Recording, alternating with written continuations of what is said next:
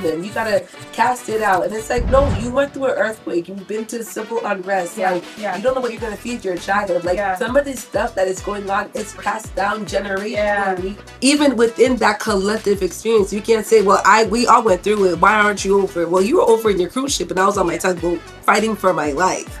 My trauma is worse than yours. I have bigger trauma. Like, we don't have to.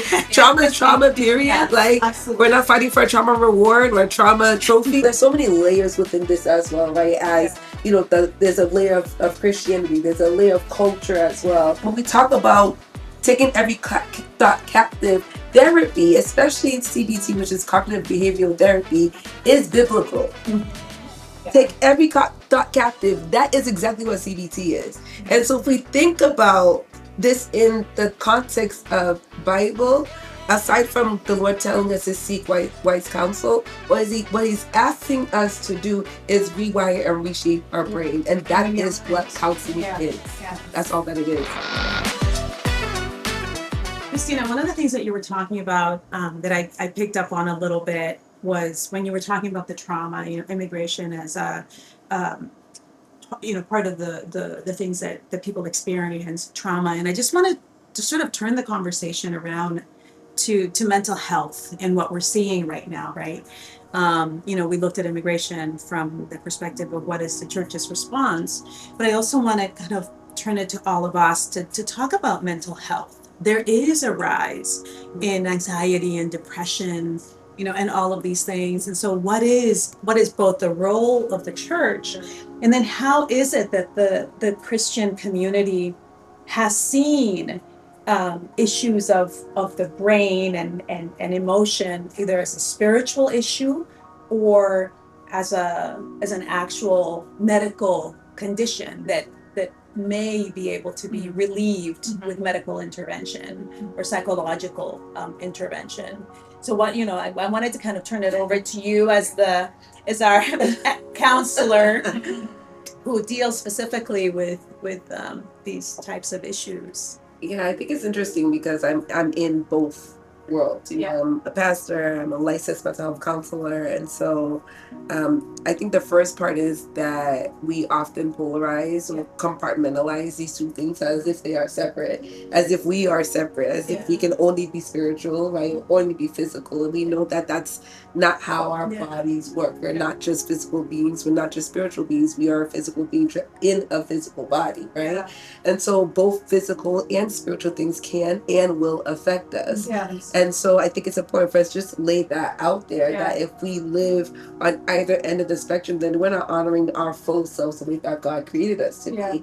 And so if we, as Christians, we can break this down as simple as Jesus wept, Jesus was hungry, he was 100% man and 100% God. He was able to work miracles, and he still had very physical reaction in his body. He was tempted in all the ways that we've been tempted, and he still also had to seek counsel as well. Even Jesus, he had people that were around him. He had his 12, and then he had his 3, those that were in his inner circle that he went to and prayed with, that knew what was going on with them. And so I think it's important for us to kind of lay that foundation that we're not one or the other, that we are both, and thus we can seek both.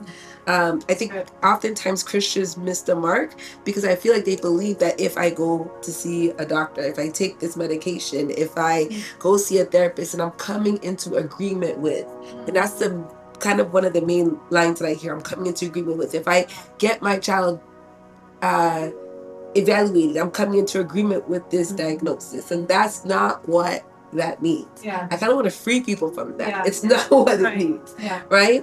We can both pray and seek counsel. Those things work together. They can come together because that's who we are as people, this both spiritual and physical. And I think it's just a really important thing for us to kind of highlight, and that be the foundation of this conversation, because it's just so important. It sounds so simple, but oftentimes I think, again, we just go straight to, this is happening because I don't have faith. This is happening because I haven't prayed or fasted enough. This is happening because there's something going on generationally, my bloodline. This is happening because XYZ, and never addressing the other part of what collectively we've all gone through. We could talk about COVID, for example. We have all collectively gone through a trauma of COVID. All of us have gone through it. The way I like to think about it is we've all been in the same storm, but we're in different boats. Some people in that storm, we all experienced the same storm. Some people were on cruise ships. Getting fed. Right? Chilling. They felt the rockiness, but not as much as somebody that's in the tugboat. Right? Who like had to figure out how to get fish from the sea. And so even within that collective experience, you can't say, well, we all went through it. Why aren't you over it? Well, you were over in your cruise ship and I was on my tugboat fighting for my life.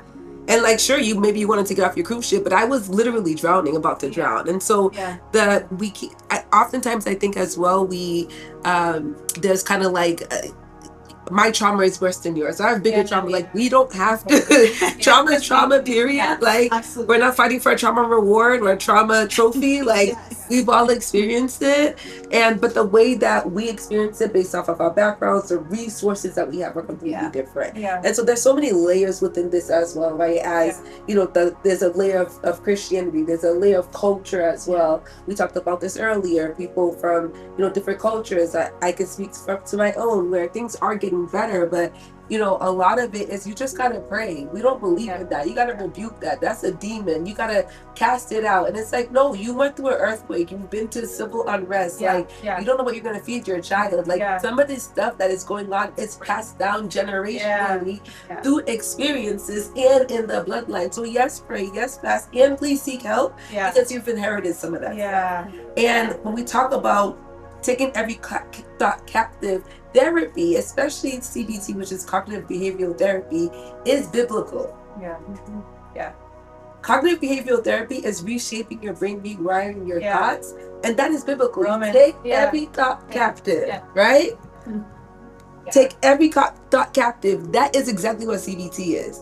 And so if we think about this in the context of Bible, aside from the Lord telling us to seek wise counsel, what he's asking us to do is rewire and reshape our brain. And that is what counseling is. That's all that it is. So, and what a great time to be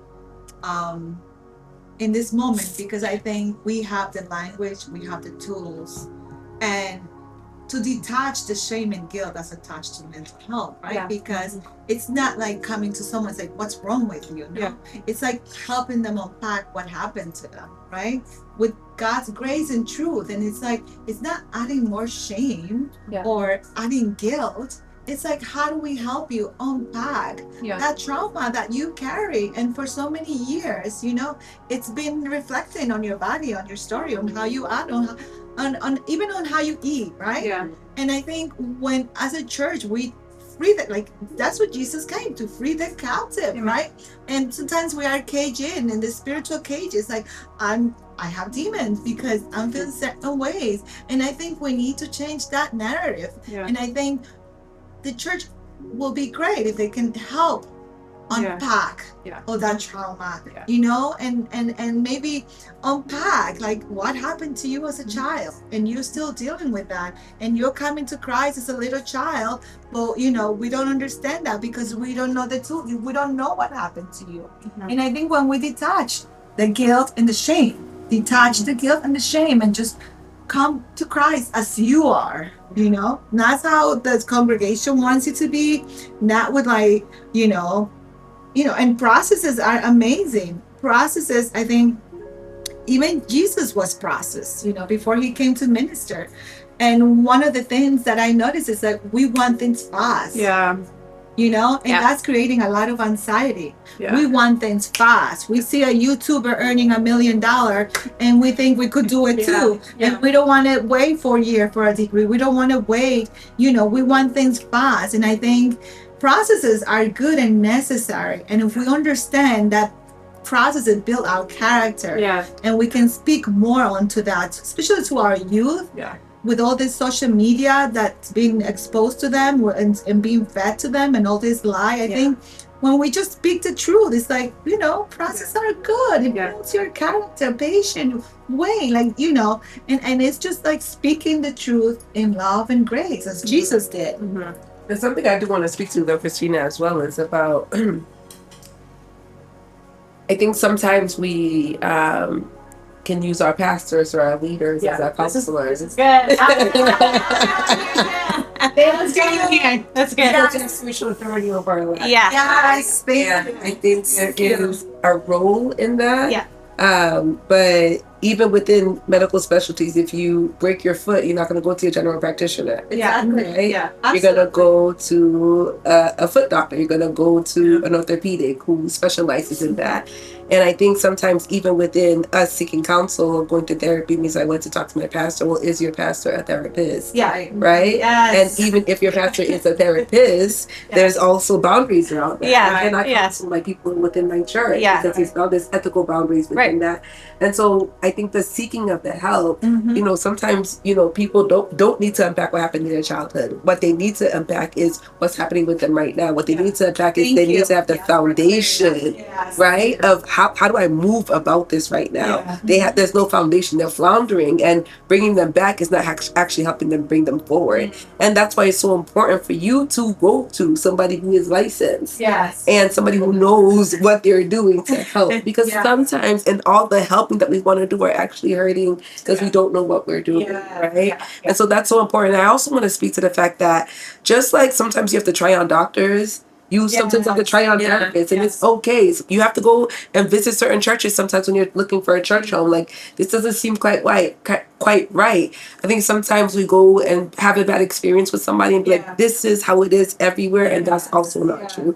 I think some of the stigma or the apprehension around seeking support is because, number one, it is really hard. The church hasn't been particularly historically helpful in that sense, and now that there is a shift, it's hard to find out what's going on. There are Christian therapists out there who are grounded biblically that can help counsel you through whatever you're going through, who are also licensed and have went to school and training for what you're going through. And so I just wanted to take this. I mean, there's been nothing more humbling than in my time as a pastor than learning that I am not a counselor. But what we have to do is get over that and own that. Like that's not my education, that's not my background. And we need that, like helping to resource people to those places and not trying to fake it till we make it, because you're right, that's where we cause trauma, more trauma and church hurt, you know? But I also want to talk about access to mental health because I think there's been shifts in this, especially in our area, like in recent years. But I think as a pastor who's very aware that I am not a therapist, but also people need more support than what I can offer. I think that a lot of times the struggle is how to get them the support that they need. And I love what you said. One of my thoughts too was in terms of like having to shop around, you know, like having to find the right person that's the right fit is really it's hard to convince people to keep doing that because they once you get someone to try it and it doesn't work, you're like, try somebody else. And so I think that also is how do we like the issue is access, I think too, like trying to find someone who looks like you, who might be able to understand you at some level, your experience, who loves the Lord, right? Like that, they're out there, but it is a small who are taking new patients and who I can afford, right? Is really what I think is a challenge right now. I 100% agree.